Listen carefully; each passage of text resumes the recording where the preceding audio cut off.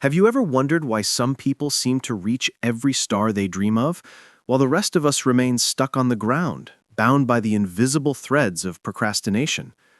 The story I'm about to tell isn't about an extraordinary hero, but about an ordinary young man who found the greatest strength not in some distant place, but in the small, consistent steps he took each day. In a quiet little alley of the city lived a young man named Ethan. Like many other young people, Ethan harbored grand ambitions.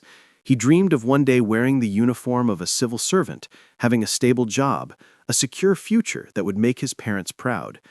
Ethan's dreams sparkled like stars in the night sky, but his real life was shrouded in a hazy fog of laziness. Every morning, instead of waking up with boundless energy, Ethan chose to hit the snooze button on his alarm clock again and again. His day began not with books but with aimless scrolling on his phone. Time slipped through his fingers, while the stacks of study books gathered more and more dust. Ethan knew he needed to change, but the thought of the colossal amount of knowledge and the arduous path ahead disheartened him. He always told himself, "I'll do it tomorrow," and that tomorrow seemed to never arrive. Ethan's life might have remained a perpetual loop of procrastination if not for the arrival of Mr. Arthur. He was a retired soldier who had recently moved to the end of the alley. His physique was robust, though his hair was streaked with gray. Every morning, while Ethan was still deep in sleep, Mr. Arthur would already be in the small yard in front of his house. He exercised with decisive, precise movements, like a perfectly wound clock. Afterwards, he would meticulously tend to his potted plants with astonishing patience. His life exuded discipline and serenity, a complete contrast to the chaos and sluggishness in Ethan's soul. One weekend morning, Ethan reluctantly left his house to buy breakfast. He spotted Mr. Arthur meticulously wiping each leaf of an orchid plant. Seeing Ethan, Mr. Arthur smiled kindly. "Good morning, young man. You seem to have a lot on your mind." Ethan awkwardly scratched his head, surprised that a stranger could see through his feelings. He blurted out, "I have so many dreams, Mr. Arthur, but I don't know where to start. Everything just feels so messy." Mr. Arthur stopped his work, looking directly into Ethan's eyes. His gaze held no judgment, only understanding. He pointed to a small sapling that had just sprouted from the ground and said, "Do you see this little plant? A few months ago, it was just a tiny seed. But every day, I gave it a little water, a little sunlight. Not much, just enough. Your life and your dreams are like this garden, Ethan. Discipline and habit are the diligent farmers.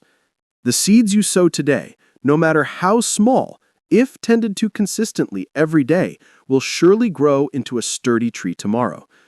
Don't try to do great things in one day. Start with small things, persistently." Mr. Arthur's words sent a jolt down Ethan's spine. Sow today, reap tomorrow. For the first time, he no longer felt overwhelmed by his goals. He realized his mistake wasn't that his dreams were too big, but that he was always waiting for a grand inspiration or a perfect day to start, when all he truly needed was a small action. The next day, Ethan decided to sow his first seed. Instead of sleeping in, he set his alarm 30 minutes earlier. When the bell rang, a fierce struggle ensued in his mind. The sweet voice of laziness tempted him. "Just a little more sleep, it's still early." But the image of Mr. Arthur, the diligent farmer, reappeared. He sprang up, quickly put on his running shoes, and stepped out of the house. His first run was torture. After only a few hundred meters, his lungs felt like they would burst, and his legs were heavy. He just wanted to give up.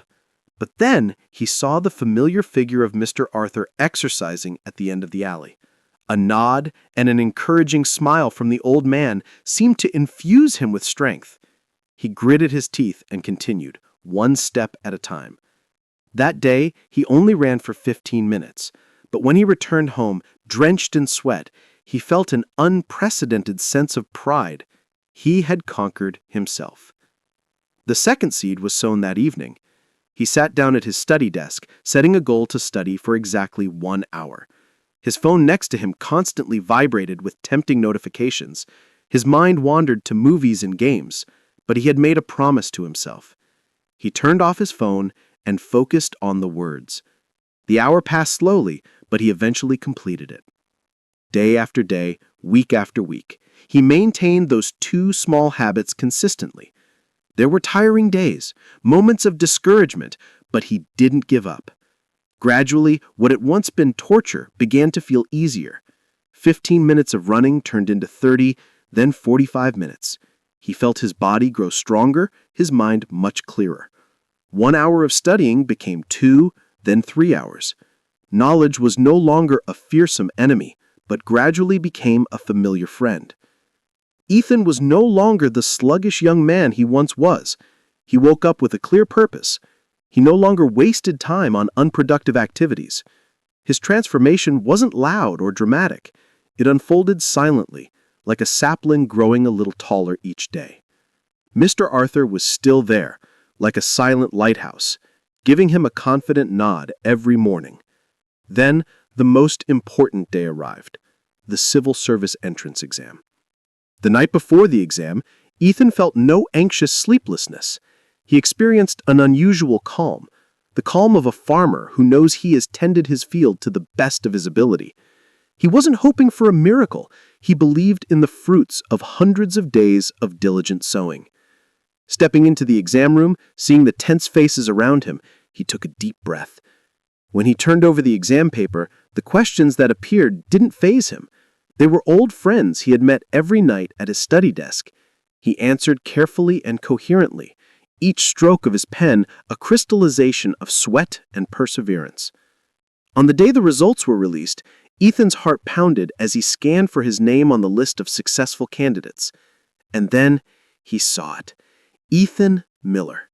His name was neatly displayed on the screen. An overwhelming feeling surged in his chest. It wasn't just the joy of success, but the deep satisfaction of seeing the tree he had cultivated for so long finally bear fruit. The first person he wanted to tell was none other than Mr. Arthur. He ran like the wind to the end of the alley, embracing the old retired soldier and saying through sobs, "I did it, Mr. Arthur. I did it." Mr. Arthur patted his back, his kind smile unchanged. "I never doubted it. This isn't magic. This is a well-deserved reward for the diligent farmer." Looking back on his journey, Ethan realized that the greatest changes in life don't come from a grand decision or an extraordinary effort made in a single day. They come from the accumulative power of thousands of small, mundane actions, repeated with iron discipline. It was those morning runs while still groggy, those evenings diligently spent at his study desk, that forged the successful person he was today. Ethan's story is not an exception. It is proof of a simple truth. Any one of us can build a great future from the smallest bricks. Don't wait for a perfect tomorrow. Start today, right now, with the smallest habit you can implement. Perhaps it's reading 10 pages of a book, walking for 15 minutes, or learning a new word. The important thing isn't how much you do, but whether you maintain it every single day. Be the diligent farmer for the garden of your own life. Patiently sow the seeds of good habits and use discipline to water them daily. Then, one day not far off, you will be amazed to look back and find yourself standing in the shade of a sturdy tree of success, a tree cultivated by your own hands and will.